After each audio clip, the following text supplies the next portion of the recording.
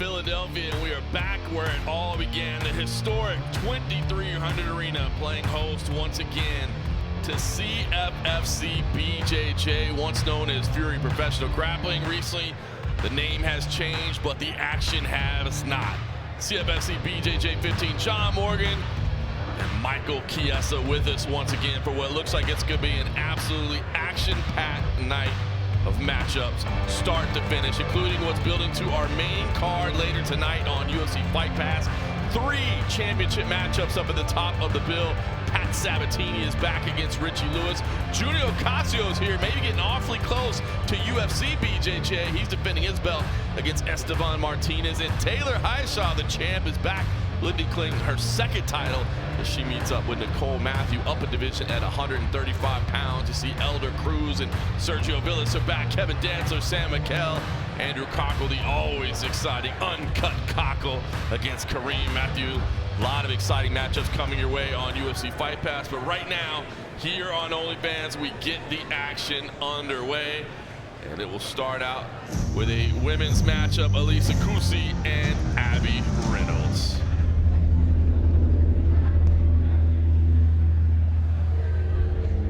The following CFFC BJJ bout is brought to you by Spivak Jewelers. Introducing first, out of the green corner, weighing in at 176 pounds, representing the vault out of Northeast Maryland, Abbey Reynolds. Michael Chiesa, the Hard Rock Hotel and Casino Atlantic City is a fantastic venue, but there's something really cool about 2300 Arena that held this event for a long time. We went to New Jersey for a little bit, but back in Philadelphia this evening, the stage is set for what looks like to be a great night of grappling. Yeah, 100% down here in South Philly. Had my first real Philly cheesesteak before we got started. Got a belly full of food, ready for some combat sports, baby. Let's go. That's what we do on Saturday nights. Abbey Reynolds, our first athlete on the mat this evening. Thank you for joining us live here for our prelims on OnlyFans. She is making her CFFC BJJ debut. And her opponent, out of the red corner, weighing in at 175 pounds, representing Freedom Jiu-Jitsu out of Washington Township, New Jersey, Alysa Couce. Alysa Couce also making her CFFC BJJ debut tonight. She has taken home a handful of gold medals at local Naga Grappling Industries events this year on a little bit of a roll. Actually got a decision win over Couce earlier this year in a matchup, but this is a little bit different. I mean, when you're taking that elevated center stage platform, crowd joining around you, the cameras on you, the bright lights, a little bit different. Yeah, there are no distractions. There are no other matches going on. You are on center stage. You are under the spotlight. The lights are a little brighter. The stage is a little higher. The stakes are a little greater. Let's see who can handle the nerves best. Great way to start the night here. 2300 Arena. Shaolin is our referee tonight. See a legend in his own right to be overseeing the action. Submission only matches all night long. No points, no advantages, nothing like that to keep track of. Just go out there and finish your opponent. 5-minute matches throughout the preliminary round. Minute and 30 overtime if needed. We'll walk you through it all night long if you're new to CFFC BJJ. A lot of hand fighting early. It almost looks like Couce's looking for maybe a slide by. Louis is trying to over tie with that left hand. It's to have a little bit of familiarity with each other. Cross paths earlier this year. It's Couce who took home the victory in that matchup via decision. Reynolds looking for a little measure of revenge. What adjustments have been made in the meantime? As you said, a lot of hand fighting there. There's change in levels there from Reynolds, but comes up short. You see Couce switches around to the back. Immediately made her pay for that shot. Yeah, she did a good job blocking the shot with her hands. And essentially snapped Reynolds to the mat, hit a go behind, and working from a back control with one hook in right now. Switching to almost like a 3/4 mount, but Reynolds is still on her hip. Kind of stuck in that gray area between back back control and three-quarter mount, but Couce looking for that gift wrap now. Looks here, maybe chair sit, get both hooks in. Nice work here early from Couce, as he said, the gift wrap with the right arm pulled across her own face. Well, she could chair sit to back control right now, and she's doing it as we speak. Gets both hooks in. Beautiful work there. Again, no points for the moves, but it gets you into a more dominant position to be sure. Yeah, I love that chair sit position. I love being in that gray area when I'm in control of my opponent. Essentially funnel them into kind of just picking whether they want to get mounted or they want to give up their back. But if you can get that gift wrap, you really just take them one direction, and that's getting to their back, and that's essentially what Couce did. And now she's just being mean with it, just raking on the face, covering the mouth, smothering her. I love it. Chin down, but she's going for that squeeze anyway, wrenching the back as well, making it uncomfortable. Why not? As long as you're there, try to make something happen. Saw Sherilyn getting a good look at it there.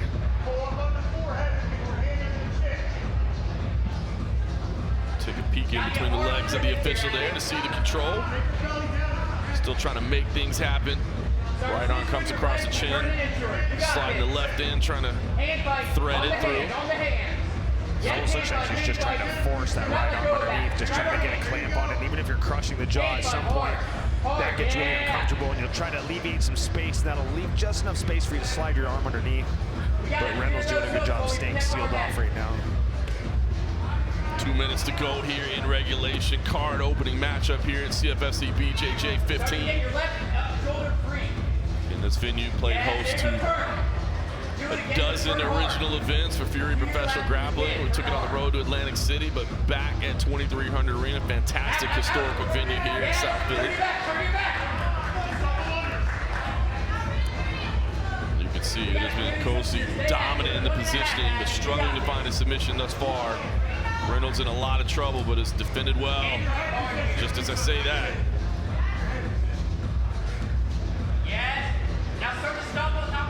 And if I'm Reynolds, what I want to do is I want to try to get my shoulder blades flat to the mat, try to get the chest to back connection disconnected, essentially scrape your shoulder blades to the mat like she did right there. Now get to a half guard. She's still stuck in that three-quarter mount. What she needs to do is she needs to get her left shoulder to the mat, get to that right underhook like she did right there. On cue. On cue, man. It's like she's listening to me. Just as she was supposed to do. I like the way how Couce was on top, though, and just posted right on her face. Yes, absolutely. Be mean on top, right? Yeah, now she's latched onto the head. Looking for a cross face right here, trying to keep the shoulder blades of Reynolds flat so she can start to pass the legs. And you can see right now she's trying to slide that left knee up through the half guard of Reynolds. Reynolds has been in a world of trouble in a lot of this matchup. You hear the clapper there. That's for 30 seconds left to go.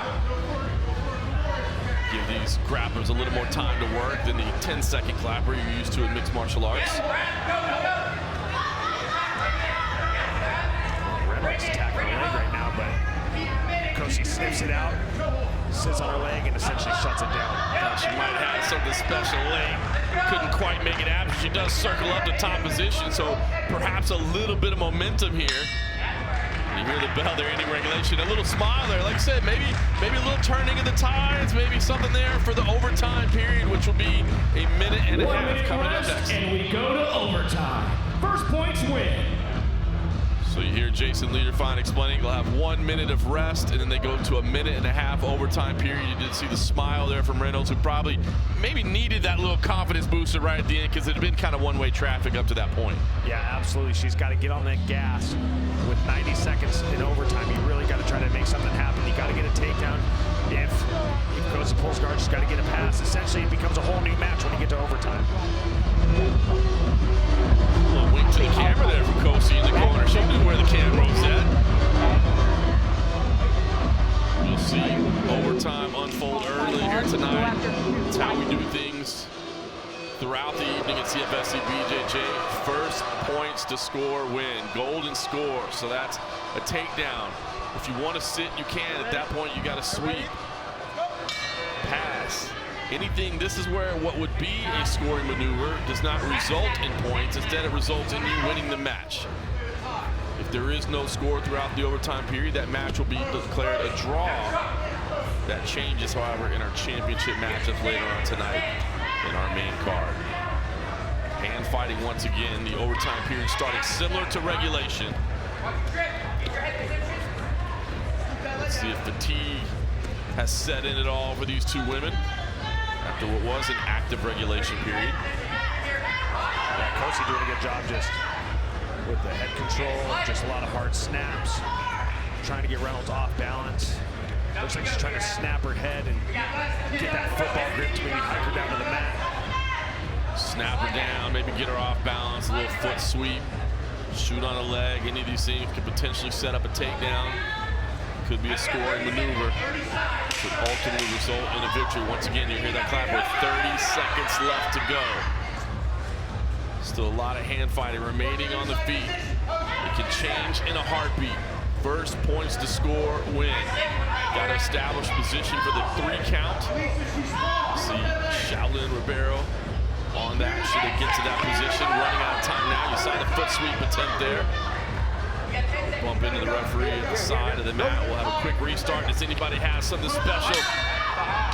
Nothing there in the closing seconds. It'll be a hard-fought draw.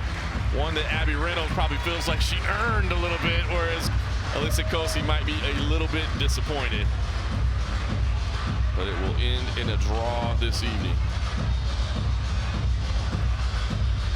Line the athletes up. We'll take it to Jason Liederfine to make it official. Ladies and gentlemen, after overtime, this bout has been declared a draw. So a draw to get things started. Smiles between them. Hard fought to say the least. Couce had a lot of offensive opportunities, but just couldn't get it done. Yeah, she did a really good job.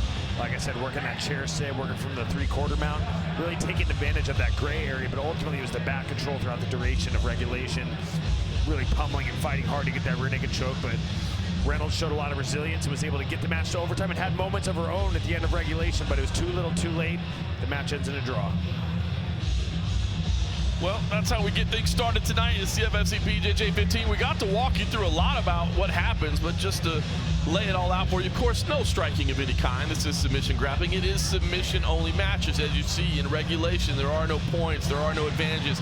It's just submission, or we go to overtime when it's that golden score opportunity. One moment can change everything. It really heightens the anticipation in those overtime periods. The title matches later on tonight will be judged, however. We don't want draws or championship matches.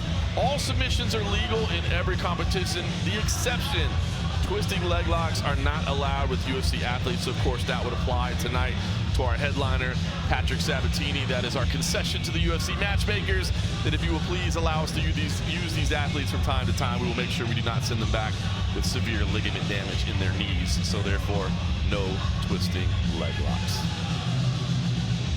We shall keep the action going underway now here at 2300 Arena. Next up, it is Bobby Riordan and the Psycho, Zach Rhatigan. The following CFFC BJJ bout is brought to you by RK Chevrolet of Vineland. Introducing first, out of the green corner, weighing in at 168 pounds, representing Strategic Academy out of South River, New Jersey, Zach the Psycho Rhatigan. 23 years old, Zach Rhatigan making his CFFC BJJ debut, and you take a look at some of the experience of this young man. Typically on these kind of regional scene type tournaments, he'll enter himself in not only his belt division, but also an advanced division as well. He'll take on the absolutes as well. I don't know if that's the genesis of the nickname, the Psycho, but I like it. It's like, hey, just give me whatever you got. I like people like that. That's gonna challenge themselves. Yeah, there's gotta be a backstory if your nickname is a Psycho. Maybe I wanna know it, maybe I don't, but nonetheless, maybe we're gonna find out tonight. And his opponent, out of the red corner, weighing in at 169 pounds, representing Ocean County BJJ, out of Tinton Falls, New Jersey, Bobby Riordan.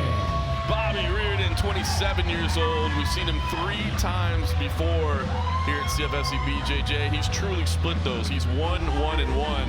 But I love his career progression. He started with a loss, came back and battled to a draw, and in his most recent appearance, he got a submission win via straight ankle lock. So just keep coming back, keep getting better, keep plugging away, and he got paid off for that perseverance with a victory in his last appearance. Now stepping on to the CFFC BJJ mats for the 4th time in his career. Always such a fun stage to see athletes compete. You get a good look at the feel of the venue, the bright lights, that gorgeous walk-in, elevated platform. 5-minute matchup. And elevated stakes, let's not forget about that. I like that. All these athletes, they're happy to have you calling their matchup here, but they want you calling their matchup at UFC BJJ as well. This is where they can start getting the attention of the matchmakers up there. Claudia Gadelia, Steven Tachi. Have big moments on a stage like this. Riordan working from a De La Hiva early. Rhatigan getting into a headquarters position here. Headquarters is when you essentially staple the bottom man's leg down with your leg, and you have your far leg out as a kickstand. It gives you a lot of opportunities to pass. Good starting position to get your offense going on top. See the quickness underneath with the guard with Riordan. Again, you're going to work for your back just fine at the highest level. Just try to create opportunities, right? Try to make things happen. Don't stall out. Look for offense. That's the revolution of BJJ that UFC BJJ is empowering, and we're here to support as well, CFFC BJJ. I like what Riordan's doing right now with that, working that double wrist control. It almost looks like he's trying to set up some kind of arm drag, where he's trying to get Riordan's right arm across his body, and that'll expose his back, where he'll be able to reach around, maybe attach to the lat, start to work his sweeps. Rhatigan trying to scoop under, stack and pass, unable to do so. Continued aggression, trying to work past the legs. Finding it challenging right now. Riordan continues to insert that left leg, making it a bit of a challenge.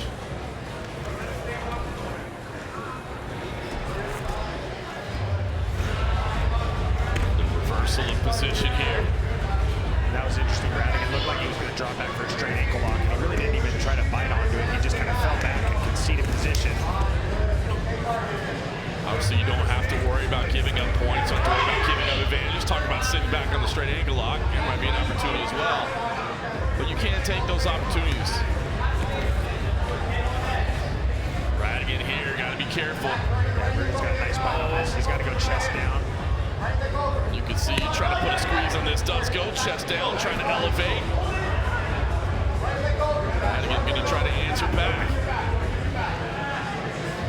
No longer in trouble underneath. Rhatigan looking to attack. Look at some tense moments there briefly, but escaped that. Now he's working postured on his left hip. Yeah, and if I'm Riordan, I got to break that figure 4 lock that Rhatigan has with his feet. Trying to scoop my left hip to the mat. It looks like he's dropping back for a leg lock, and he frees himself from a little bit of a precarious position there. Just like that, they reset. Riordan going to set up in top position. Under 2 minutes to go here in regulation. Oh, look at this. Love the adjustment there to attack the arm. Couldn't quite scoot around. But I love changing. Look at this. Just changing the angle of attack, changing the options, stringing it together very well right now for Riordan. Giving Rhatigan a lot to think about underneath.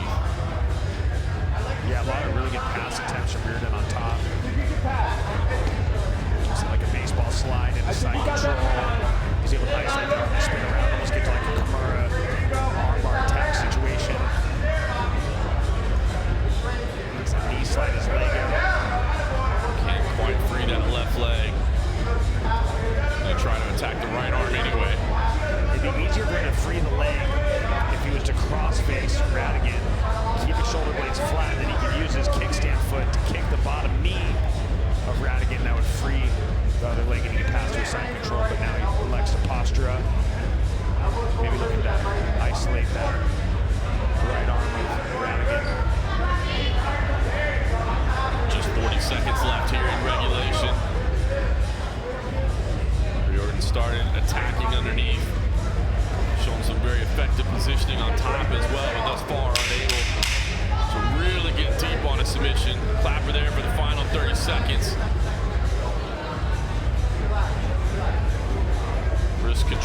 trying to step over. Look at this. Trying to make something happen late. Like the creativity.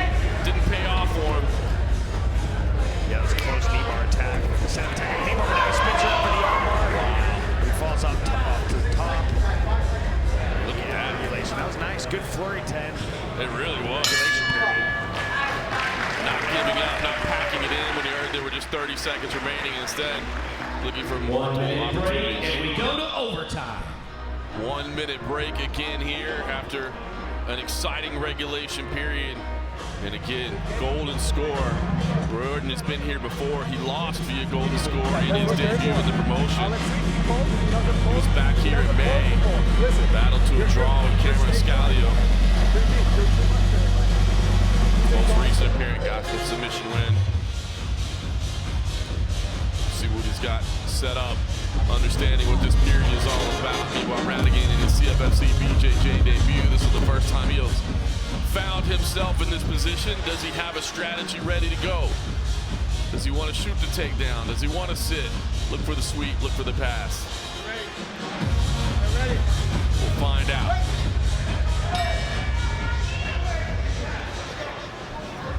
Rhatigan does take a seat. You are allowed to do that in the overtime period. To each their own, John, but for me, if I'm approaching an overtime round, if I have a partner that's willing to stand and engage with me on the feet, I'm going to elect to go for the takedowns.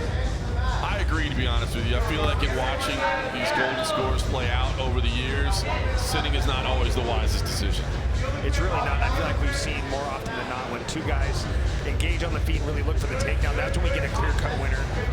Otherwise, you're looking for that pass. That's exactly what Riordan's doing right now, is looking for that pass. If you can't get your partner to do the dance with you on the feet, do the man dance, as Sean Strickland would say. if you don't have a willing dance partner to engage in the wrestling with you on the feet, then you have no other choice but to impose your top game. But I would rather be in that position as well. If my opponent wants to concede and sit to guard, I will happily look to pass and try to find my way to score and win the match from that position in opposition to being on bottom and looking for a sweep to get on top. Exactly what Riordan is looking to do right now. 20 seconds remaining here. Does he continue to try to pass as he look at a last-second salvo opportunity on submission? Look at this. He's going to try to knee cut through. Can't quite establish it.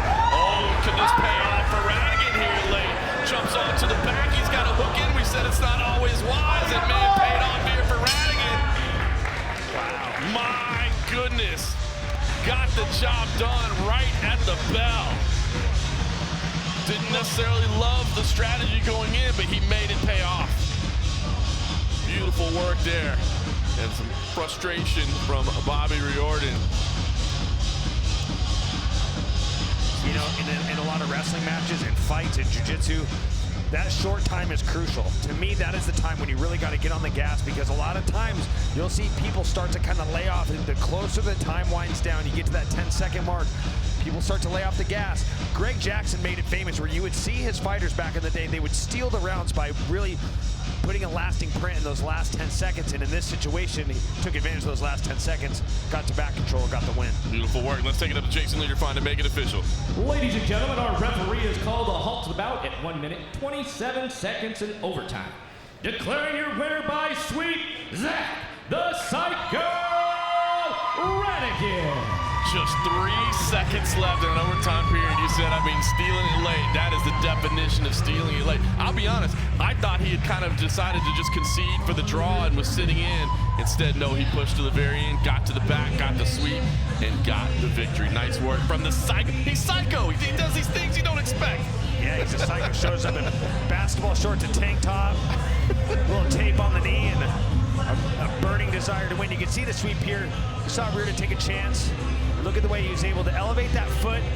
He comes up and Riordan almost sits for a guillotine. I think he almost lost his wherewithal knowing that it's towards the end of the match. The guillotine's not going to help you, and essentially Rhatigan got the sweep, got to back control, and got the win with just seconds to go. Way to stay on the gas and just stay with it and get the win. I think those shorts are part of the Cody McKenzie signature collection. That's kind of what I was thinking. I'm trying to see if there's a tag on them right now, but I can't see it from my vantage point. Oh man, drama there at the very end, and Rhatigan gets it done. Fun stuff. That's what makes these overtime periods so fun. I tell you what, I'm a big fan of the UFC BJJ rule set at the highest level, but as athletes are making their way, I love this golden score rule set as well in overtime. Let's keep the action going here at CFFC BJJ. Next up, it is Charlie Kennedy and Josh Barrett. The following CFFC BJJ bout is brought to you by Diamond Exteriors. Introducing first, out of the green corner, weighing in at 170 pounds, representing Akashic, out of Deptford, New Jersey, Josh Pride Almighty Barnett. Josh Barrett making his debut tonight, part of this Akashic Jiu-Jitsu Academy. A couple athletes in there. I didn't know what the word Akashic meant, so I had to look it up.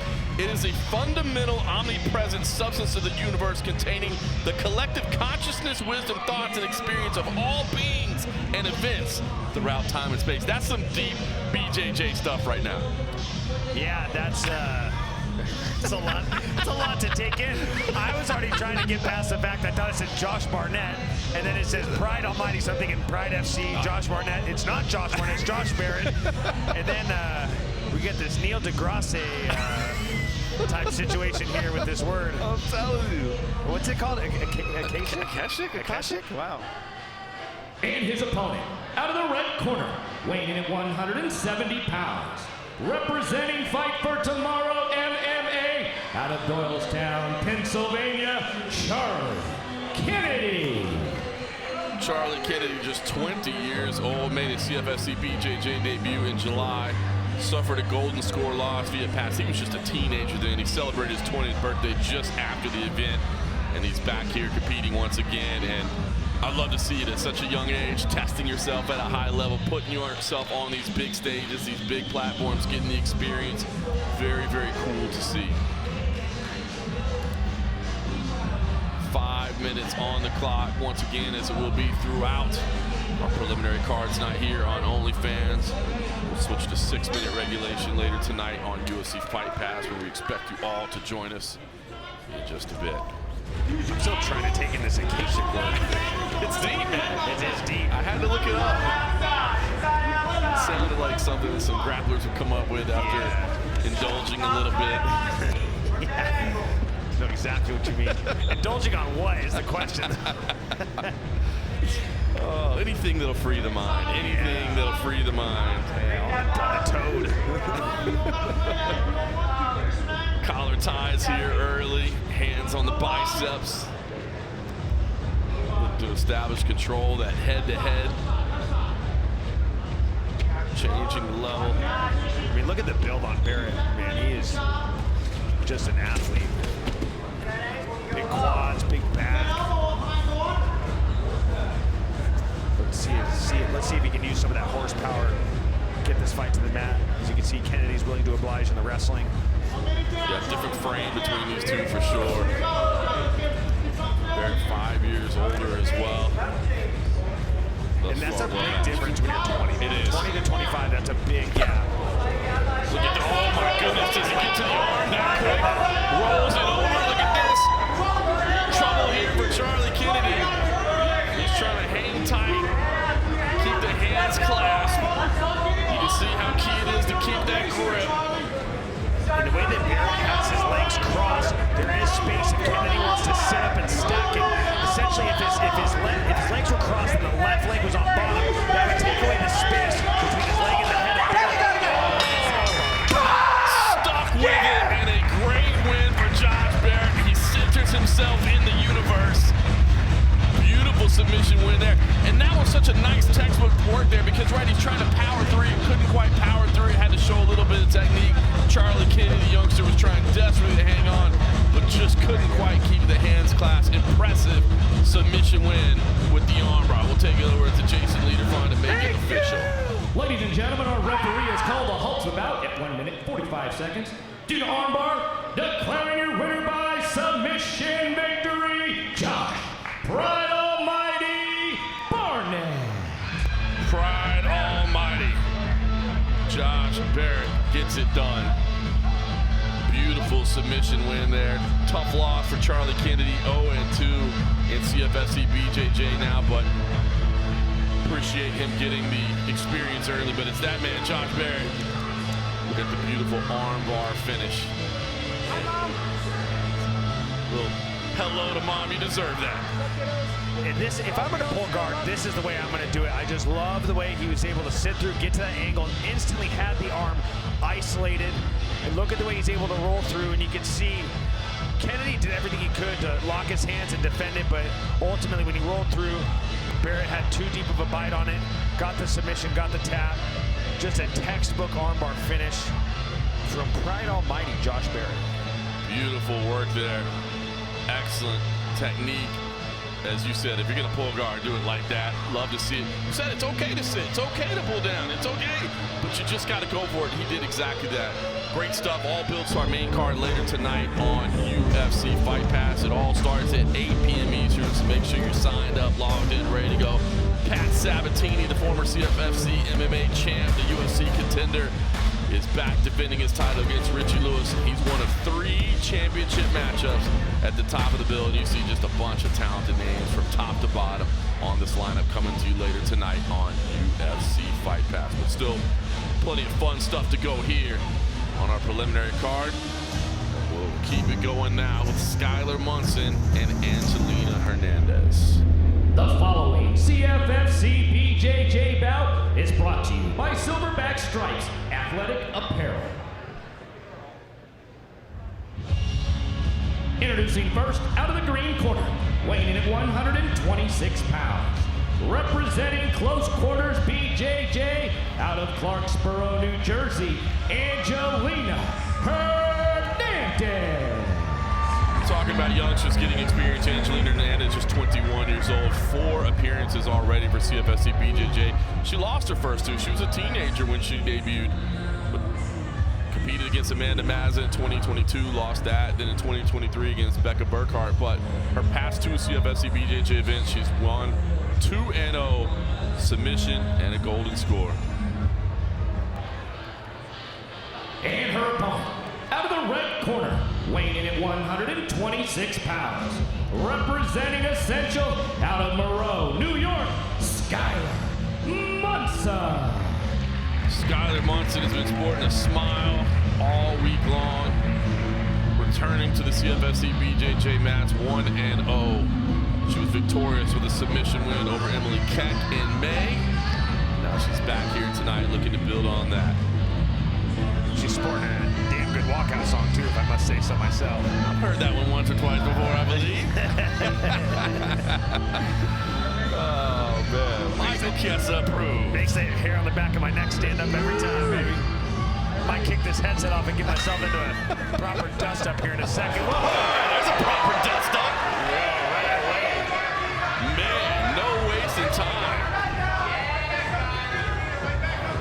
These two went at it right from the start. Skyler Munson underneath now. Look at that, though. She's going to roll up the top. And we talked about offense and action and making things happen. These two are going at it. Tournament's here. She might have it. Oh, look at that, boy. That knee. Oh, look at the way she's got to sit up with her chest right now. Oh, look at that. Got the tap. Oh, my goodness.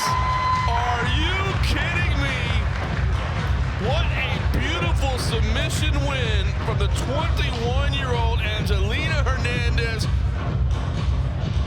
Suffered losses in her first 2 appearances, now make that 3 in a row. That was an action-packed matchup from the start. Skyler Munson, a little bit hurt, did not want to tap to that tricky little knee bar.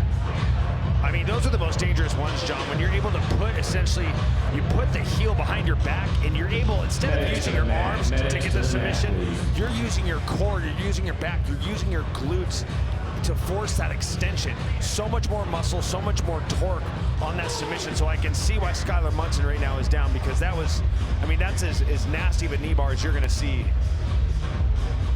It really is, and you see Angelina Hernandez made her way over to the corner. She immediately felt some remorse, she felt some guilt, but she did what you're supposed to do out there, and she's enjoying the result now. Well, essentially, John, this is what you signed up for, but look at this, the way she's able to roll through and get to this knee bar, and look at the ways that she's able to pass the leg behind her back And she didn't quite have the angle, but it's when she was able to sit up and look at the finish. She gets the arm, or she gets the leg, excuse me, locks her feet, and then look at the way she's able to swim the heel behind her back. She doesn't have the angle here, but it's when she starts to sit up.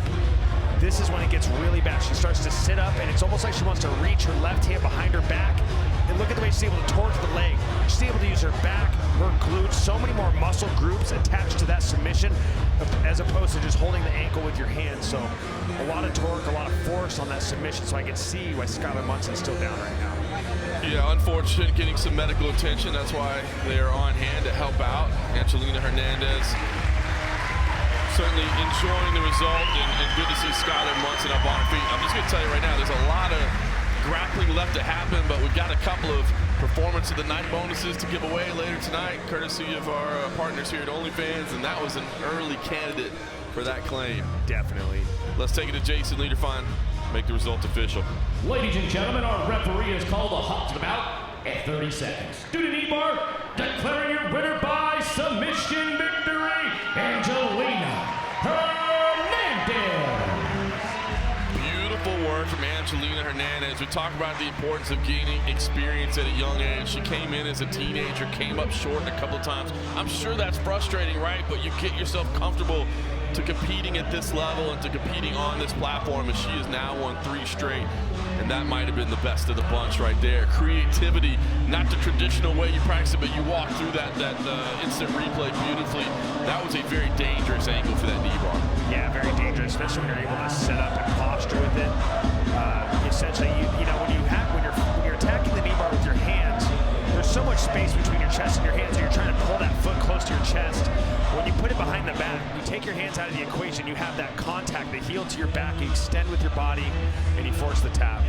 And if you don't force a tap, you're going to force a very devastating injury. Gorgeous, gorgeous submission there. Again, all building to our main card tonight on UFC Fight Pass. Again, 3 championship contests up at the top of a couple defending champions in Patrick Sabatini, a CFFC legend, to say the least. And then, of course, Digiacomo, who's quickly becoming a CFFC BJJ legend. And I gotta be honest with you, I don't think he's that far away from making his way up to your level at UFC BJJ. Him and Mikey Musumeci have a little bit of a history together. I wouldn't mind seeing that one again. This could be a big opportunity against a tough opponent, Esteban Martinez. But you gotta think Digiacomo is getting some looks from Claudia Deli and Steven Tucci. Well, essentially, Digiacomo is like on this revenge tour right now. We saw that in the Joey Deal match, his last match when he was able to defend the title. That was him revenging a loss from a previous match. Whereas this one, he beat Esteban, but he wasn't pleased with the performance, so he gets to do it over again tonight. Beautiful stuff later tonight. Looking forward to that, but we will keep the action going here with Mad Dog, Matt Doyle, and Chris Martin. The following CFFC BJJ bout is brought to you by OnlyFans. Introducing first, out of the green corner, weighing in at 169 pounds, representing a Cossack out of Egg Harbor Township, New Jersey, Chris Martin. The 40-year-old Chris Martin still coming out here and getting it done at Cossack Jiu-Jitsu. Competed against Tyler McBride in 2024 in his lone CFFC BJJ matchup. Lost that via Darce choke, but here he is back tonight. The Egg Harbor Township native making his way to the CFFC BJJ match for the second time to right the wrong of that first appearance at CFFC BJJ.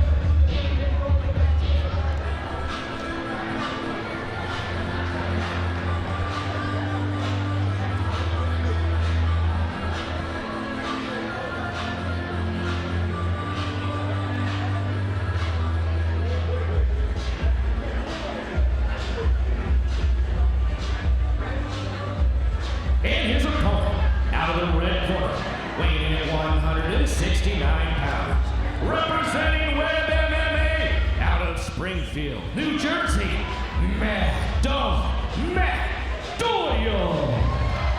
Mad Dog, Matt Doyle. 1-1 in CFFC BJJ. See the Web MMA representative. Also 2-0 as an amateur MMA fighter as well. So you always like to see those athletes go out and test themselves in the cage as well. Kind of always always expect a little bit of grit, a little bit of durability when somebody has some cage experience as well. Mad Dog looking to show off the grappling skills tonight. Appreciate everybody joining us early here for our preliminary card on OnlyFans. Main card coming up on UFC Fight Pass. Chris Martin takes a seat early. Part of that Akashic Jiu-Jitsu Academy. His teammate had a fantastic performance earlier tonight. We'll look to build on that. There's so many puns I want to say right now. I'm just gotta let them fly. I gotta play my cards close to my chest. Right now, looking for maybe a little backstep pass, trying to bundle the legs. Or excuse me, Doyle. Yeah. Doyle bundling the legs. Martin flipped quick to the other side. That was nice. Nice. That was a nice little misdirection. It really was. And you can see powering his way through. And look at that. Running the old cradle. Yeah. Get some back points here. Get some swipes. Well, near fall. There you go. And I love the transitions between positions right now. For Doyle, worked the cradle, went to a knee on belly. And now you see Martin trying to isolate an arm, looking for an omoplata. It just feels like Mad Dog is the more powerful of the two in these early exchanges. Yeah, and I think he's definitely got a speed advantage. We can see that in the way he was able to use that misdirection pass and get to side control, and look at the way he's able to switch his hips. Just seems to be a step ahead of Chris Martin right now. I love how he keeps coming up that knee on belly. That is always my go-to. When I get a guy inside control, I want to go to that knee on belly. I want to make it uncomfortable for him to where he's going to start to extend with his limbs, and I can attack those kimuras, I can spin around, attack those arm bars. Certainly, under some rule sets, Matt Doyle would have some points on the board right now. He's just got a lot of control and probably frustrating Chris Martin right now. Yeah, he's definitely got Martin on the ropes a little bit. When you keep passing your opponent's guard, you're essentially getting a couple steps ahead of him, and a couple steps that can really snowball into an avalanche to where you're just trying to play catch up, to where you can keep the same pace and stay on pace as your opponent, but you get a couple steps ahead, you're just trying to re-guard, and Doyle's already thinking about his next submission attack, and you can see he's almost attacking an arm triangle right here.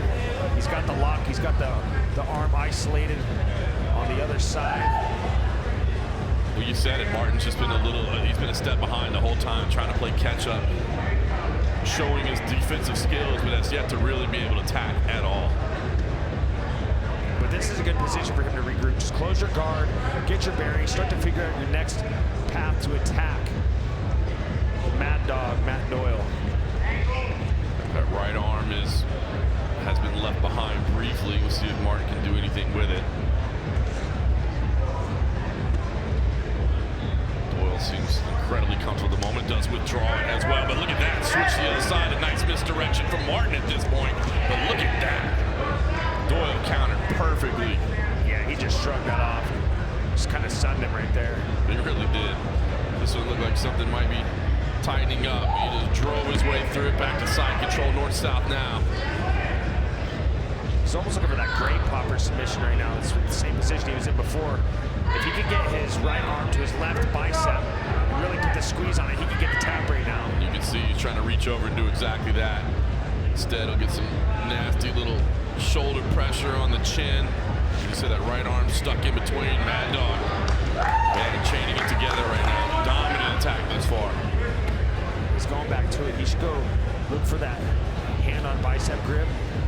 Get that right hand on his left bicep there, but now he likes to go to a full mount. Switch over to a mounted guillotine right here, and he might say, he saw Kreps already, but no. Boy, I thought he had it. Still, he's in mount, and there's a minute left to work.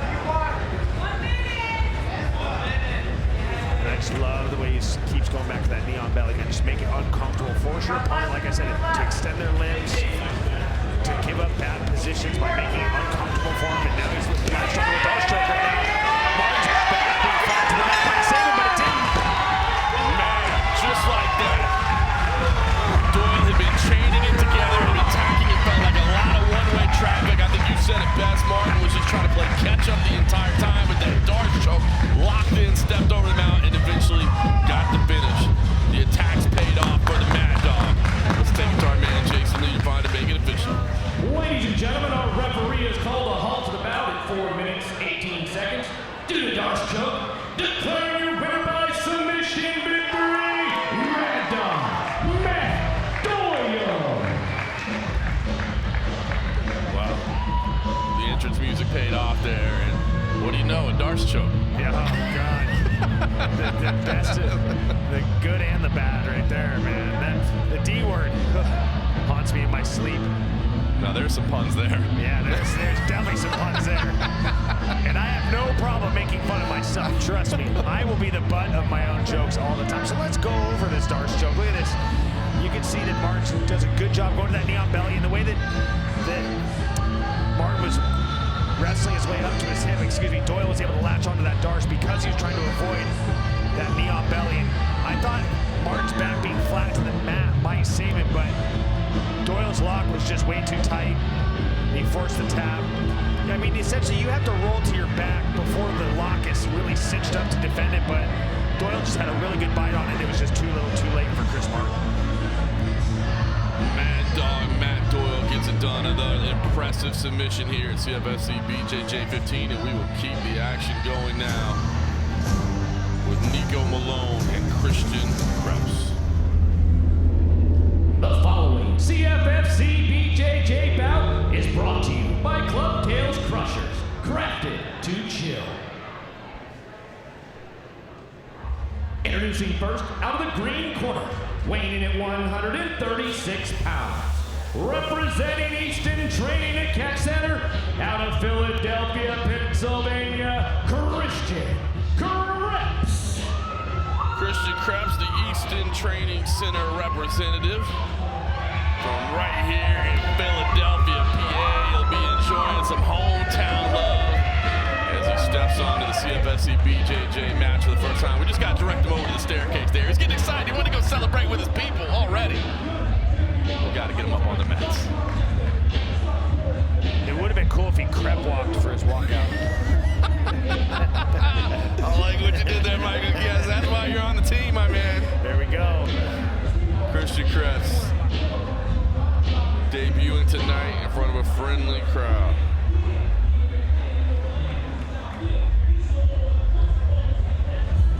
And his opponent, out of the red corner, weighing in at 136 pounds, representing Web MMA, out of Mount Holly, New Jersey, Nieko Malone. Nieko Malone, the Web MMA product, three-time veteran here at CFFC BJJ. Looking to use that experience to his advantage tonight against the debuting athlete.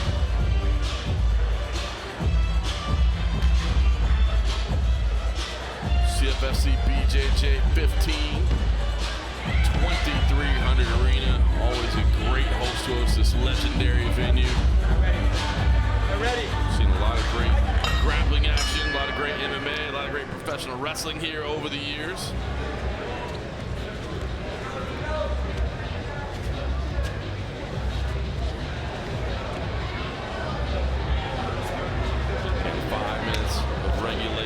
All night tonight on our preliminary card.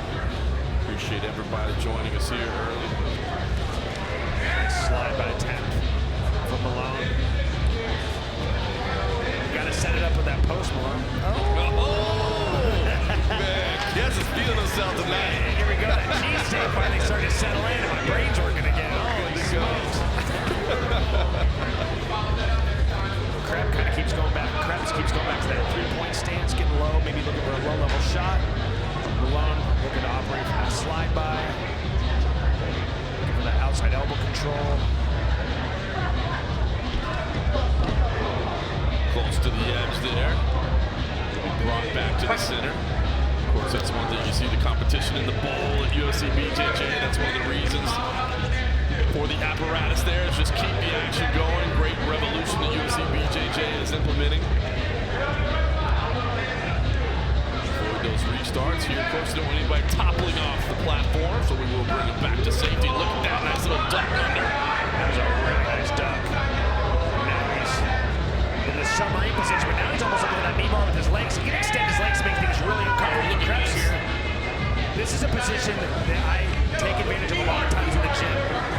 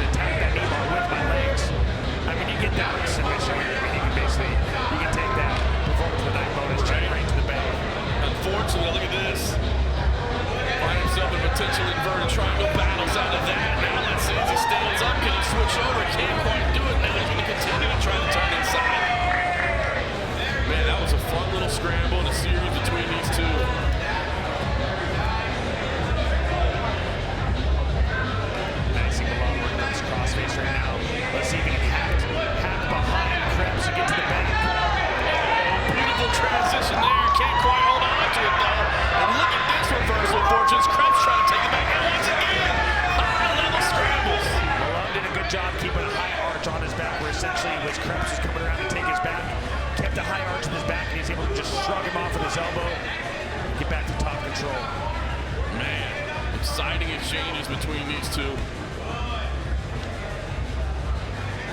Just past the halfway mark here of regulation.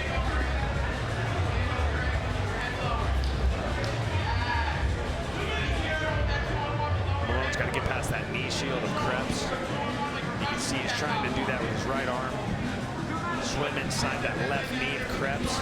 And now Kreps are going to invert and attack the legs, and both these guys are back on the feet. I love the wrestling exchanges we've seen so far. Really nice. I can tell you it's been a nice day in Philadelphia. It is heating up here inside 2300 Arena, so anybody that does come out without a rash guard like this, they are going to be covered in sweat. Yes. It's heating up inside the building. Good swing single attempt from Malone.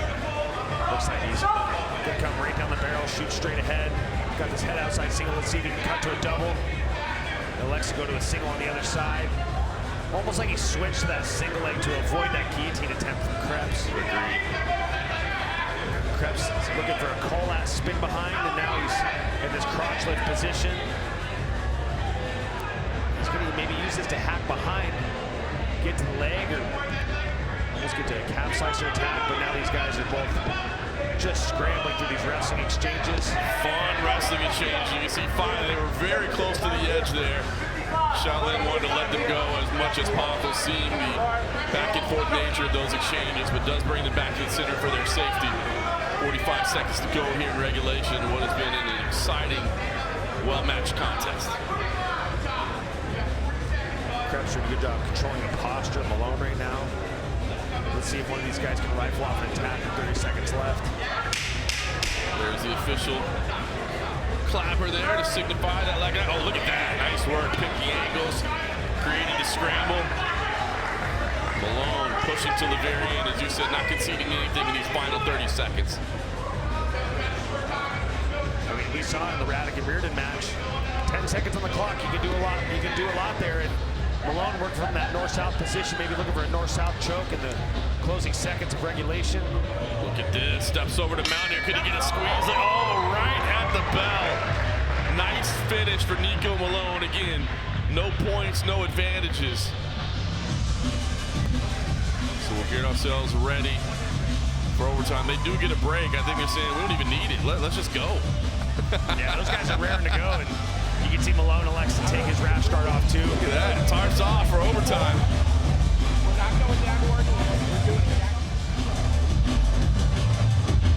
They get the 1 minute break that neither one of them seem to want there. Let's take a look at that replay of the closing moments of regulation. Look at the way he was attacking from this north-south position, latched onto the neck, gets this guillotine, but it was just too little too late as the clock ran out. Now we find ourselves in an overtime situation, and I love this situation because both these guys like to wrestle. I have a feeling this match is going to be one on a takedown. Ladies and gentlemen, we're going to overtime. Golden score overtime. There will be a minute and a half on the clock. Boy, and these two showed an opportunity to score. I mean, they really did. You saw the high-level wrestling exchanges between these two. So we'll see. Look at this. Instantly on the shot. Defense here. Scramble for position. He'll have to hold it for a 3 count. Getting the swipes, and that's going to do it. Wow. Rapid-fire stuff in overtime for Nieko Malone. And I kind of felt like that might happen quick given the high-level wrestling we saw. Yeah, I mean, he came out guns blazing, immediately shot for that takedown and did a good job chain wrestling through the positions to get the takedown and essentially got the win. Didn't take long. Let's take it to Jason Liederfine. Ladies and gentlemen, our referee has called a halt to the bout at 15 seconds in overtime, declaring your winner by takedown, Nieko Malone. Fun matchup there. I mean, that's the beauty of CFFC BJJ. Submission grappling, really. It is Brazilian Jiu-Jitsu based, of course, but man, you saw the high-level wrestling on display there. Fun matchup between these two. Nieko Malone ultimately gets it done. Yeah, just a fun, really high-paced match. Both guys going at each other. Like we said in that hype video, John, all offense. That's what UFC BJJ wants to see. And look at this. Gets to that swing single leg, starts to table it, and he just runs Christian Kreps down and just lands at the side control, locks his hands, gets that crossface.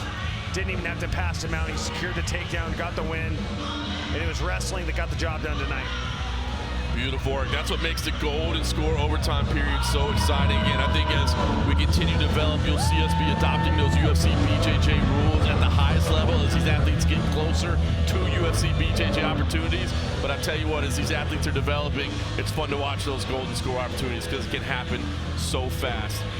Great main event coming up tonight on UFC Fight Pass. 170-pound title is on the line over in our headliner. You take a look at a familiar face, Patrick Sabatini, the two-time MMA champion, CFFC, the reigning champ, against that man, Richie Lewis, who we saw make his CFFC MMA debut just 3 weeks ago in Atlantic City. Now he's back competing on the BJJ mats as well. Love that matchup between two athletes from this area. And a great co-main event as well. Our champ, Couce, at 135 pounds. He is the kingpin. He's facing that man, Esteban Martinez, a familiar opponent to him. Faced him once before, didn't get a decision win that night, but was not happy with the result. Says, I need a better result now. Michael Chiesa said earlier, it's kind of a revenge tour for Couce. He wants to kind of just check all those boxes and hopefully get a call from Stephen Tachi, Claudia Gadelia to show up at UFC BJJ. Those are the top two matchups, our main event and co-main event on UFC Fight Pass. Another championship matchup, Taylor Hishaw and Nicole Matthew. Inaugural title there. Taylor Hishaw, of course, a champ at 125, looking at a second title in our third championship matchup. Elder Cruz, Sergio Villas, Kevin Dancer, Sam McKelley, Andrew Kako versus Kareem Mathieu. All those fantastic matchups still to come your way on our main card tonight. Some supporting bouts in addition to those as well, but we will keep the action going now here on our prelims with Savion, Maranon, and Mike Bonaccorsi. The following CFFC BJJ bout is brought to you by Spivak Jewelers, where South Jersey gets engaged. Introducing first, out of the green corner, weighing in 163 pounds, representing Fight for Tomorrow MMA, out of Southampton, Pennsylvania, Mike Bonaccorsi.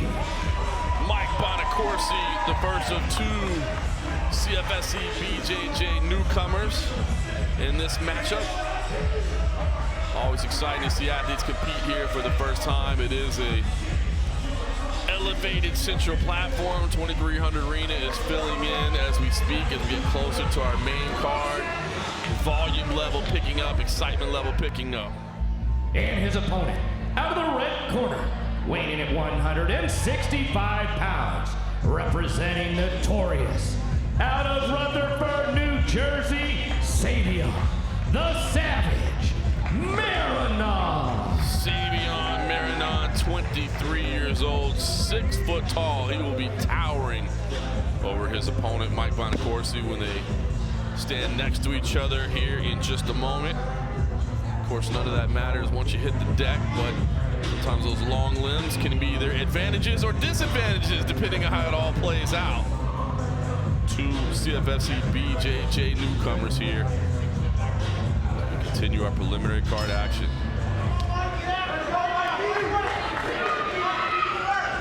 See big frame difference between these two athletes.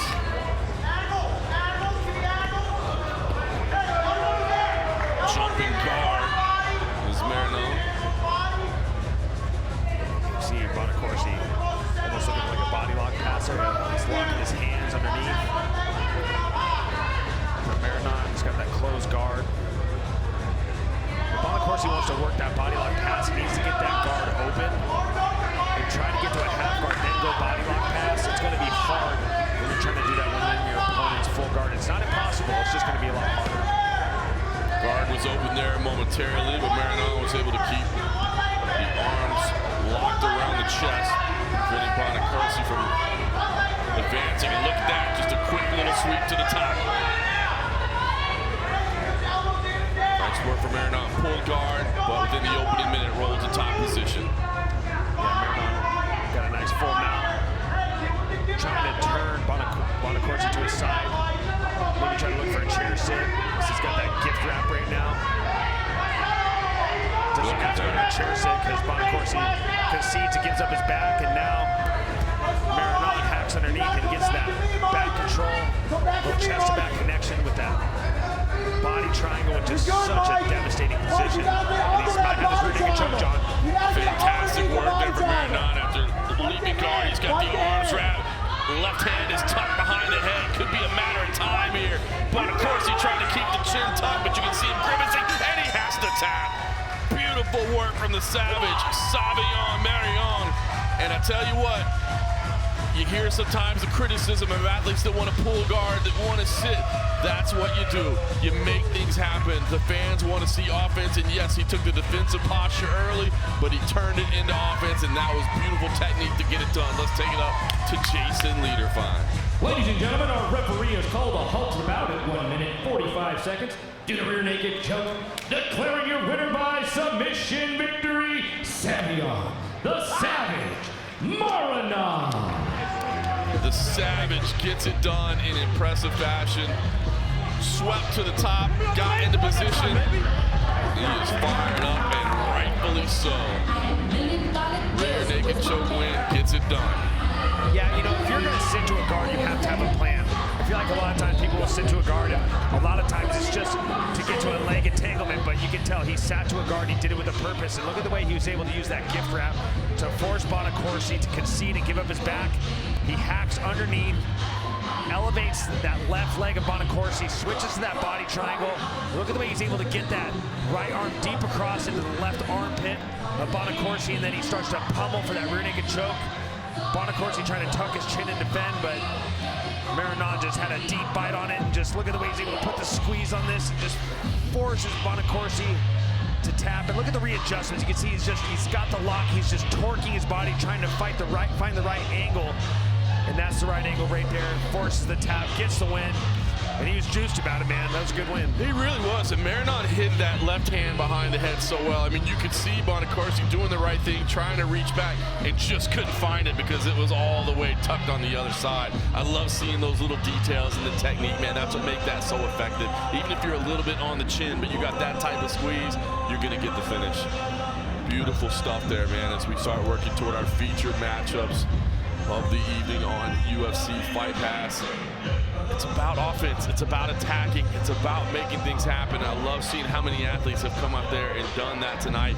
We're seeing it, and I'm so excited for you, knowing the fan of grappling that you get that front row seat at UFC BJJ to see this investment in the sport of grappling. Absolutely, and for these competitors, keep in mind, I do have a voice within that tight circle at UFC BJJ, so you show up here and you show out.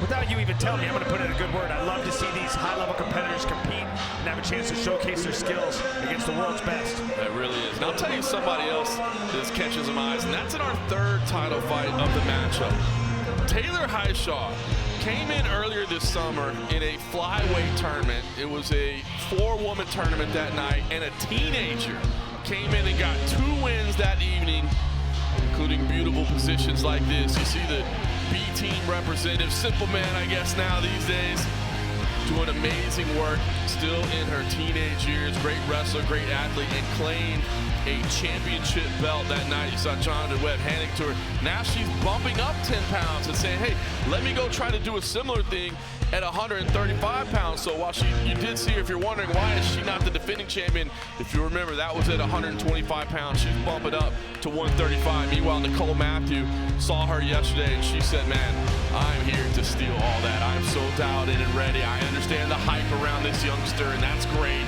But she's got her day ahead. Tonight's gonna be mine. I'm gonna ruin all those plans. That's our third of 3 championship matchups that we have coming your way on UFC Fight Pass. Great stuff lined up for you, and we will keep the action going here on our prelims. And it's Cole, Kelley, and TJ Salas. The following CFFC BJJ bout is brought to you by RK Chevrolet of Vineland. Introducing first, out of the green corner, weighing in at 150 pounds, representing GTG Gym, out of Perth Amboy, New Jersey, TJ Salas. TJ Salas making his CFFC BJJ debut, and as you said, he's at a GTG Gym That is the gym, of course, of Richie Lewis as well, who we'll see in our main event tonight, and a squad for which Richie really credits for an amazing performance in his CFFC MMA debut 3 weeks ago, and now hopes to empower him and his teammate here, TJ Salas, to victory tonight as well. And his opponent, out of the red corner, weighing in at 156 pounds, representing Movement Art, out of Newtown Square, Pennsylvania, Kelley. Just 20 years old is Kelley, part of that Movement Art squad out of Newtown Square, Pennsylvania. A lot of really talented grapplers coming there, including this man. 5 times previously has appeared here at CFFC BJJ, still at such a young age, but racking up experience at this level.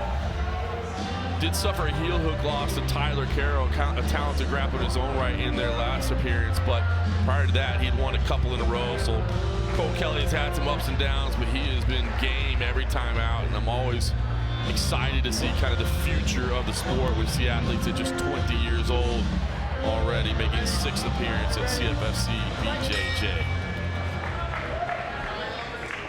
And to be fair, that loss to Tyler Carroll could age very well someday, because I think that kid with his style, I would not be surprised to see him compete for UFC BJJ down the road. That kid is a fast starter. He's a devastating finisher. Like I said, I think that loss could age well. Completely agree with you on that assessment. You see Kelley, the taller athlete of the two right now, though. He's matching the head level just fine. Salas tries to reach up there. Tease a little foot sweep as well in that initial engagement. Yeah, Kelley doing a good job lowering his levels. That way TJ Salas can shoot underneath him and get to his legs. Sometimes that shorter opponent with a lower center of gravity can kind of change levels a little faster, get to the legs a little quicker. As the taller opponent, when you're on the feet, got to be very wary of that posture. Salas tries to sit, misses the neck as he falls. So he'll have to set up on his back. Left arm around the neck, controlling posture for Kelley. Now lets it go. Energy picking up here inside 2300 Arena, all building to our main card on UFC FIGHT PASS. Saturday night of grappling action here in Philadelphia. Kelley doing a good job trying to pin the feet down and pass to the side. TJ Salas's seated guard. Now Salas working from that knee shield right now. Got that underhook with his right arm under the left leg. Kelley.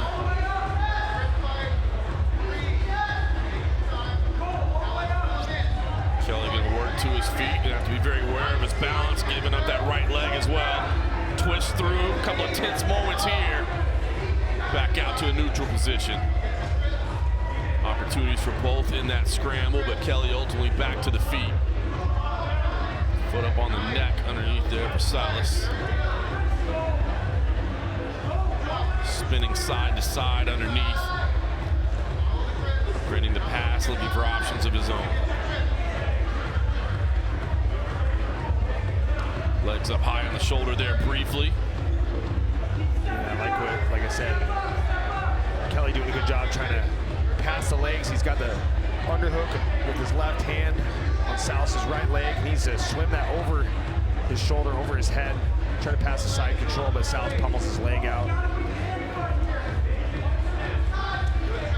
Well matched here early in regulation. Again, no points, no advantages. Looking for submission only, but both have found the going a little bit difficult against each other. And if I'm Salas, I'm going to try to get my attachments with my hands to Kelley's legs from the seated guard position. And then once I can get that attachment with my hands, then I'm going to elect to go to my back. That way I can essentially make myself become Kelley's base. But he's trying to unhook those legs while he's already on his back, and it's hard for him to get underneath Kelley and become his base. But now he finds himself fighting off the darts. Look at that. Oh, got the adjustment on the squeeze.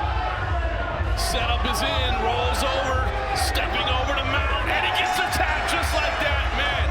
He had one little bite on that setup and then just rolled all the way through the technique. Beautiful work there. Yeah, he did a good good job setting up that Darce from that quarter stack. Really broke the posture of Salas. And he was able to drop his shoulder, get that lock, and force the tap. Sheldon had a couple words over there for him. I think he was telling him to let it go a little bit faster, maybe. But maybe he was just telling him what beautiful technique he was. Either way, we'll take it over to Jason Lee to find to make it official.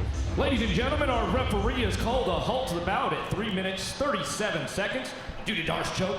Declaring your winner by submission victory, Kelley.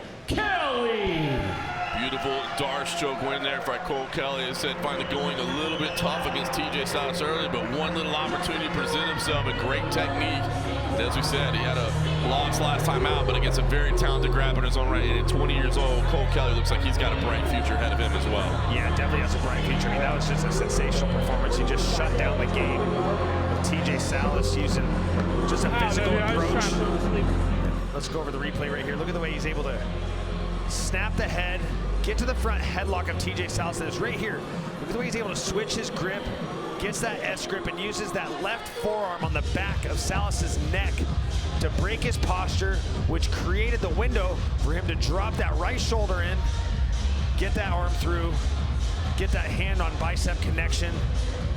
Then he cracks Salas down to his back, and then he steps over to full mount with his Darce grip. Just has it cinched up, forces the tap. Maybe held on to it a little too long for referee Sheldon Ribero's liking, but nonetheless, I don't think it was malicious. I think he just had a deep bite, and it was hard for him to kind of get disconnected there. Yeah, I agree. I don't think he meant any malice out of it. And besides, I mean, you get a beautiful little choke like that, and why don't you want to hold on to it maybe just a little bit and make sure it gets done? I didn't think anything negative in there, but man, great start to the night here. Michael Cass, I know what a fan you are of submission grappling, and man, this is a beautiful venue here at 2300 Arena, and I think it's been action worthy of a facility like this, a venue like this, and a platform like this where, let's be honest, athletes are trying to shine out tonight, but they're trying to join you at UFC BJJ. You know, CFFC, it's obviously a premier organization when it comes to mixed martial arts. It has propelled the careers of some of the best fighters we've ever seen in the UFC, the likes of Aljamain Sterling, Sean Brady, the list goes on and on. I look at CFFC BJJ as the equivalent of Dana White's Contender Series. This is the opportunity for you to go out and show the world what you're made of, show them your style, and give yourself an opportunity to get the attention of the powers that be, that being Claudia Gadelha and Stephen Tecchi over at UFC BJJ. So, like I said, I look at this as an opportunity. This is Dana White's Contender Series. Make your name be known by getting a highlight finish. Show them the offense that they want to see in the bowl at UFC BJJ. I love what we've seen so far tonight. I love it. So many athletes trying to get there. Now, a lot of the athletes on our main card do that. Now, our main event is a little bit different, right? Because Pat Sabatini, obviously, he's already in the UFC as a mixed martial artist. Richie Lewis is actually trying to join him in UFC. So while we're trying to feed athletes to UFC BJJ, we're still trying to feed athletes to UFC as well. And Patrick Sabatini, former two-time champion at CFFC, and I'll be honest with you, in the room, in grappling, one of the absolute best in the world, and anybody that's ever rolled with him will tell you just how difficult he is. Man, to give you guys some context as to how much of a beast Pat Sabatini is, his last two fights, he's on a 2-fight win streak. He's got great wins over Jonathan Pierce and Joanderson Brito. I sat in to watch his shakeouts, and he has these 45-minute sparring sessions where he is just cycling in training partners, not just one guy. He literally has 3 guys sitting on the mat, and he's cycling them in as his warm-up before his fights. This guy is just a constant athlete, always in the gym, a lifelong martial artist, World Cup silver medalist in combat sambo. And on the other side, for Richie Savage, this is a guy that, when you talk about Bo Nickal and what makes Bo Nickal special, one of his crowning accolades is the fact he's a U23 world champ. 2 years prior to Bo Nickal becoming a U23 world champion, it was Richie Savage that did that. He's got a high wrestling pedigree, maybe more so than what his accolades as an NCAA wrestler have shown. But that alone, him being a world champ, him having this great record in mixed martial arts, he has the opportunity right now to impress the powers that be. If he can go out and put it on Pat Sabatini, he might not have to go fight any more fights. He might have punched his ticket into the UFC, not UFC BJJ, into the UFC with a win over Pat Sabatini. And I can tell you that Richie Lewis is looking at that, is right, like, look, I know I've got a fight. I fought 3 weeks ago, and I thought I did a great job there. If I can show that I can grapple against a guy like Pat Sabatini, maybe I can get the notice of those matchmakers and just say, hey, listen, just put one more feather in the cap of where I'm trying to go. So that's a great main event. Now, for guys that are perhaps trying to get to UFC BJJ. I really think Junior Ocasio is on the verge of that, to be honest with you. I mean, number one, he has a history with Mikey Musumeci, so that makes it appealing already. But you've had a chance to see this man and his grappling capabilities. And as he goes against Esteban Martinez in this rematch tonight, I do believe Junior Ocasio is exactly the type of athlete that you guys are looking for at UFC BJJ. Yeah, 100%. I mean, granted, Mikey Musumeci did win that first initial match with Junior Ocasio. Junior Ocasio took him the distance, and the one thing I love about Junior Ocasio's game is the creativity. That match with Joey Doyle, we didn't even know what submission he got. He was able to get that toe hold, the way he was able to isolate the foot of Joey Doyle. It only took one hand for him to fold the foot over, get the tap, and like I said before, he's on this revenge tour, and while he did get a win over Esteban Martinez, he was not pleased with the performance. It was a great match. If you go back and watch this match, it was non-stop action, non-stop scrambles, but Esteban Martinez had an answer for the game of Junior Ocasio, but it wasn't enough for him to get the win. And while he can't get the chance to avenge the loss over Mikey Musumeci, he gets the opportunity to right what he feels is a wrong in a match he felt that he should have done better. Yeah, I'm looking forward to that matchup tonight in our co-main event, because Junior Ocasio, this is his third straight event that he's appeared at. He's world class, to say the least, but he's motivated right now. And if you go back and watch the first match, as you said, the way their styles come together, Esteban Martinez, heavy top pressure, he's looking to stack pass. Junior Ocasio, man, really dangerous underneath, so the way that comes together is fantastic, and that really should be a great co-main event. And again, I believe another impressive win of Junior Ocasio, man. He's got to be getting the attention of Techi Claudia Gadelha and perhaps get a chance to compete in the bowl very soon. So 2 championship matchups at the top of the bill on UFC Fight Pass. A lot of CFFC coming up in the future, by the way. Start of a 4-week stretch here for us. After tonight, we will make our way out to Newtown, North Dakota, for Barrett's Casino and Lodge for CFFC 146 championship matchup at the top of that.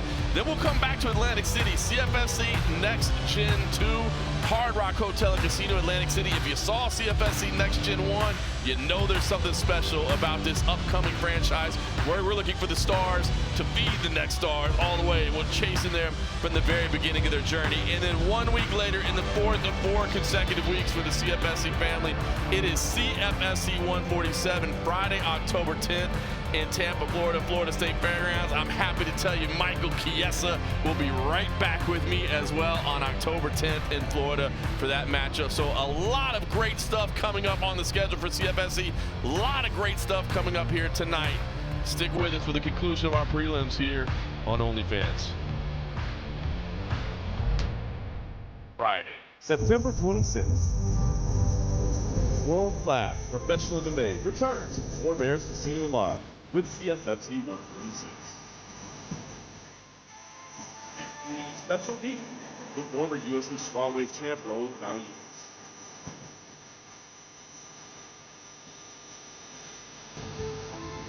Tickets and VIP tables. Visit ForBearsCasino.com now. Or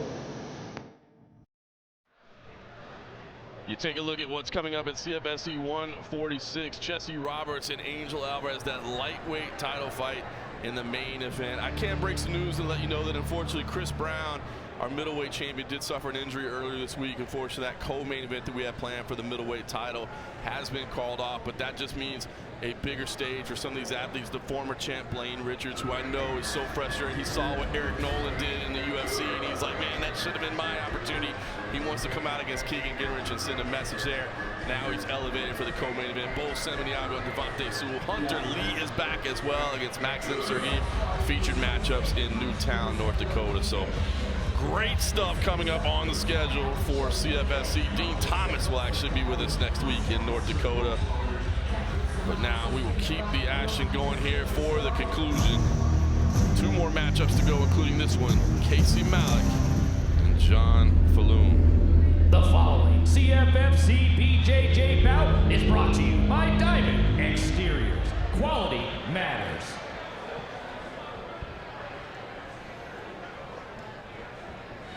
Introducing first, out of the green corner, weighing in at 186 pounds.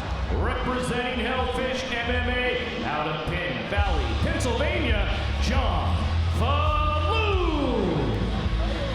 John Filoon, the Hellfish MMA representative, returning to the CFFC BJJ mats for his first time since 2023. Suffered a submission loss there, but he's back now and looking to impress.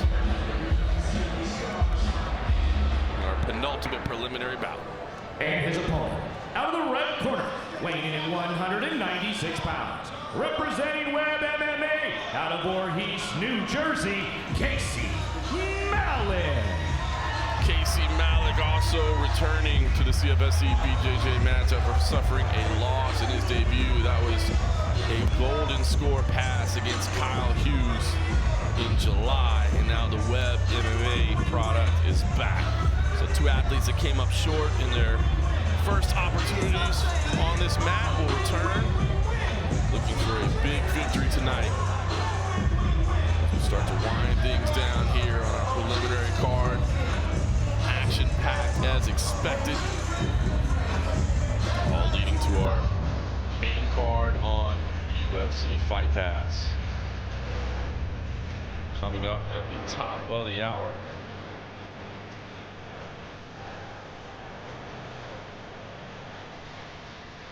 Securing the green band there on John Filoon. Get the action underway. Immediate snap down there from Malik. My goodness. Yeah, he's wasting no time. He's on that corner stack right now. Wow, look at the spin behind. And just stunned. John Filoon coming out the gates. Now he's looking at this armbar at the back door and likes to chair sit and maybe miss the opportunity to get his hooks in. And now he's going back to that armbar, really chaining the submission attacks together very, very well. Filoon might be in some trouble here. Malik's a little bit off balance though and does extract the arm. Nice work there from Filoon. Great opening salvo there from Malik though, as you said, just chaining it together and showing his power from the start. Look at that, just muscles out. Yeah, lip leg out that single leg attempt for Filoon and spins behind it. Just, you can tell that Casey Malik just a brute, just manhandling John Filoon thus far. Look at this, the left arm in a lot of trouble right now. Filoon trying to keep it tucked in. Malik gonna try to extend it as he rolls over. Filoon was able to grab his hand in defense, but oh, so close. Look at that, he thought about tapping, said, I'm not giving up just yet. Still tense here for Filoon. Man, just when he thought it was in there, now he gets it. Wow, the adjustment for Casey Malik. Credit for John Filoon for not bailing out early, but Casey Malik gets it done. And Casey Malik just looks like one of those guys in the room that nobody makes eye contact with. You know what I mean? Just yeah, judging by the way he was able to use the hard hands, use the snap downs, just the physicality to his style, I can see why people avoid eye contact with him during open mat. Yeah, no, I'm good. I think I got a partner. All right, let's take it over to our man Jason Liederfine to get the official time of the stoppage. Ladies and gentlemen, our referee has called a halt to the bout at 1 minute 20 seconds due to armbar. Declaring your winner by submission victory, Casey Malik. Casey Malik gets it done. And yeah, I mean, look, you see the sportsmanship between the two. That was just a power and overwhelming performance from Casey Malik there. Very, very fun stuff. And like I said, I'll credit Filoon there. Was ready to tap. They said, no, I'm going to try to stay in this match a little bit longer, but couldn't quite do it. Yeah, that armbar, that was just a thing of beauty. Look at the way he was able to step through on that backside, and he uses that right leg to essentially force Filoon his back to the mat. Look at the way he's able to keep that chest connection to the tricep, and he brings that hand above the head of Filoon, and that's the best way to attack that armbar is you get their arm above their head, force them to break their lock, and then you straighten that armbar out and get the submission. Man, I'm liking a lot. That was beautiful. That was good. Beautiful submission, beautiful attack, beautiful start. Way to right the ship from his last match in July and get himself back in the win column. Really was impressive. Smiles all the way around there. A lot of power on display there for Casey Malik, the Web MMA product. Very, very impressive stuff there as we get to the final matchup coming shortly of our preliminary card here at CFFC BJJ. Great to be here at 2300 Arena. It's getting hot in here. I took the jacket. I'm just being honest with you. I took the hoodie off at this point. I figured we were on camera there. I need to put the jacket on there, but I'm a little toasty, so I took it out. All right, listen, we talked about the featured matchups, but outside of those championship matchups, man, there's some really, really exciting contests as well, some familiar names as well. And here's another one. I'll be honest with you. Perhaps not the championship attributions of Junior Ocasio, but somebody that, I'll be honest, I would not mind seeing at UFC BJJ. Andrew Kako, a guy that just comes and brings it every single time. I've been a fan of this guy so much. Again, perhaps not those IBJJF accolades, but somebody that is exciting. His offense is creating things every time he goes out there. Very willing to take chances, not only with the way he approaches his matches, but he went up significantly in size in his last match, and that was overturned to a no contest. Rightfully so, but this is a guy, like you said, non-stop action, jumping arm bars. If you're trying to scoot from a seated guard, he will try to jump on the submissions. Like I said, he's not afraid to take chances in terms of going up in weight class, not afraid to take chances in terms of putting himself in harm's way to attack submissions, willing to take chances to please the crowd, to get the eyes on him, and he can get those highlight reel submissions as well. And I think that's fun. And you kind of touched on, I don't know if anybody watched the last matchup and they saw it looked like he lost via a golden score in overtime. After the contest was over, we actually all went back and watched it. If you remember, he was kind of complaining a little bit. We weren't really sure what it was because we thought that the score was in, but when you went back and go watch the replay, one hook was not all the way in yet. Referee went back, evaluated the tape, and said, you know what? You're absolutely right. I jumped the gun on that. I'm sorry for that. I messed up on that. It's my mistake. That was changed to a no contest. So if you watched the last matchup and weren't understanding why, if you look now, it's no contest. That's why. So Andrew Kako, again, very, very exciting matchup. He's on our main card tonight as well. Another familiar face who's not here last time out. It's one of the few times she's ever missed.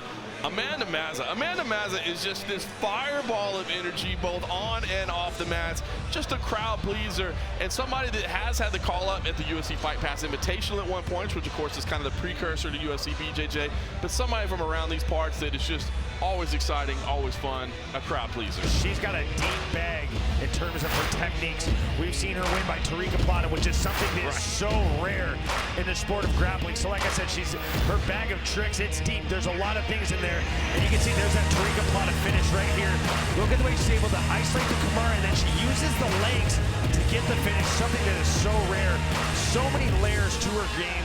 Another face that you could see in CFFC BJJ, but she's got to punch her ticket there with another highlight reel finish tonight. If she can pull off another finish like she did in that match, I wouldn't be surprised to see her there in 2026. It would be great. You saw that ever-present smile in the tape there, man. She is always doing that both on and off camera. And then I want to point out one other name as well, because you talked about it earlier, and I'm so glad that you see the evaluation the same way I do. Tyler Carroll.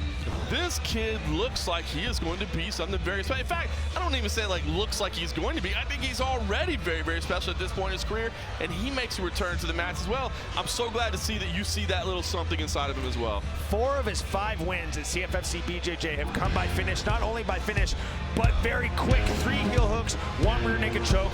This guy is must-see TV. He has a plan that he sticks to, and his plan is to get submissions and to get them very fast. Now, we did see him go to a decision in his last match, but that didn't come without effort to try to finish the match. Really, it showed a lot of positional dominance throughout the course of that match, while still finding opportunities to find his attacks. I also found that it's like he's a magician in his spare time as well, so that's kind of fun. He does a little sleight of hand stuff as well. So fun stuff there all the way around. So I'm telling you, these matchups are always exciting from the start of the card to the finish. And again, we talked about some of the things to look for. I mean, we didn't even talk about Elder Cruz and Sergio Villas, who are 2 of the most well-respected grapplers on the planet right now. Kevin Dantzler is back. Of course, he challenged for a title. He's appeared so many times here in CFFC BJJ, only has the 1 loss, and it's to Junior Ocasio. He has wins over the like of Rob Dvalishvili, Aljamain Sterling as well. I mean, not too bad to be like, well, I took out the former champ, I took out the current champ in the UFC. All that's still coming your way on UFC Fight Pass, so make sure you are signed up, logged in, ready to go for all that coming your way. And still 1 more to go here, so let's wrap things up here on OnlyFans. It is Nick Digiacomo and Aaron Kurzer. The following CFFC BJJ bout is brought to you by Silverback Stripes Athletic Apparel. Introducing first, out of the green corner, weighing in at 135 pounds, representing GTG Gym, out of Mont Hill, New Jersey, Aaron Kurzer. So GTG Gym represented again. Richie Lewis in the main event tonight as well. This is a rematch. Aaron Kurzer was victorious the last 2 of these times competed. It was all action. And he's going to look to repeat that tonight. That was his debut here at CFFC BJJ. And tonight, he's in the featured prelim in this highly anticipated rematch. And his opponent, out of the red corner, weighing in at 136 pounds, representing Web MMA, out of Blackwood, New Jersey, Nick Digiacomo. 24-year-old Web MMA representative Nick Digiacomo, 2-1 in CFFC BJJ. Both those victories came via submission. He had a knee bar, he had an arm bar as well. Then he had the lone loss in overtime. It was a golden score loss to this man, Kurzer. But it was one in which Digiacomo had a ton of his own opportunities to finish the match. Couldn't quite get it done, and it cost him with the golden score pass in overtime. But now they're here to run it back. And I'm telling you, the first time around, it was non-stop between the two. See if they can live up to it again. Like we said over the summer, Nick Digiacomo might be my cousin. We're probably from the same family tree. No question about that. You see, once again, they're engaging quickly. And again, this is the type of pace we saw the first time around, where it was just these type of exchanges, which is why when Nick Digiacomo wanted to run it back and Kurzer was willing to do so, everybody was on board. We're saying, let's see that match one more time.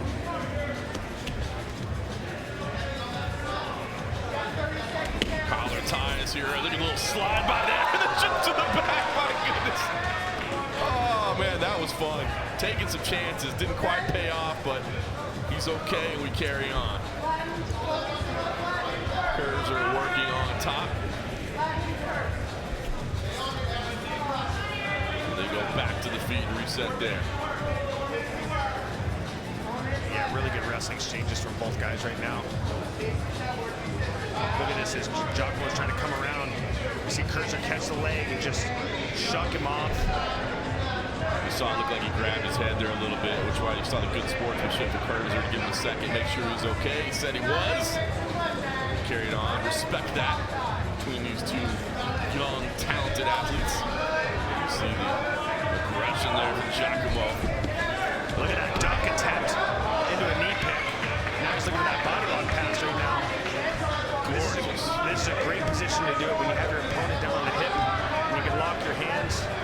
Use that body lock pass to get past the legs, but now it's Digiacomo on the leg right now. He might have it, John. Oh my goodness! Deep. Wow! Nick Digiacomo gets his measure of revenge with the beautiful knee bar victory. My goodness, what a fun way to finish out the night here on our prelims. And Nick Digiacomo, at just 24 years old, improving to 3-1 in the CFFC BJJ match, earning himself a measure of revenge. It was hard fought last time out. He came up short, and I don't want to say it was completely against the run of the match, because Kurzer showed a lot of great defense and a lot of great counters and returns in that opening matchup, but it felt like as they got to overtime last time out, Nick Digiacomo had maybe faded just a touch. This time, fresh, gets it done in regulation. Beautiful win. Let's take it up to our man Jason Liederfine to make it all official. Ladies and gentlemen, our referee has called a halt to the bout at 1 minute 50 seconds due to knee bar. Declaring your winner by submission victory, Nick Digiacomo. Gorgeous win there from Nick Digiacomo. High-paced, exciting stuff from the youngster. And we'll take a look at the replays we here. Go live on UFC Fight Pass at the top of the hour. Attacking the leg, pulling it down. You see the knee was locked in place. My goodness, beautiful bite on that.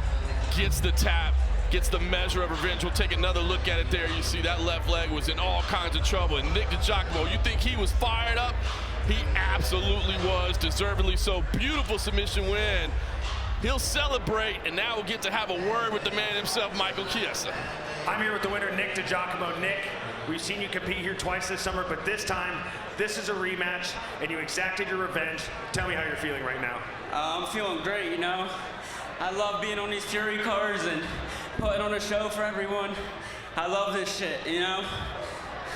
You know, and you're familiar with him since you've competed against him before. Was this a part of your game plan, was to attack the legs this time? Nah, I just stick to the same game plan, stay on top. I wasn't able to, but you know, when things don't go your way, you just got to adjust, and that's what I did. Well, you got a big win, you got a highlight reel finish. What do you want next? I want a match on the main card. I should have been on the main card for this one, and I really think I deserve to be on the main card. I put on a show every time I step on these mats. So I think next match, they better put me on it. Hey, you heard the man. Get it up for the winner, Nick Digiacomo. All right, I'll let you in on some insight. Originally, we thought he was going to be on the main card. We had to shuffle the lineup a little bit. It ended up in the featured prelim spot. But I'll be honest with you, I hear what he's saying. I mean, that's what we're looking for, is you're looking for athletes that bring it every time. And this is a youngster that brings it every time. And even though he came up short last time, it was a fantastic match. He went out there and he delivered tonight with a beautiful submission win.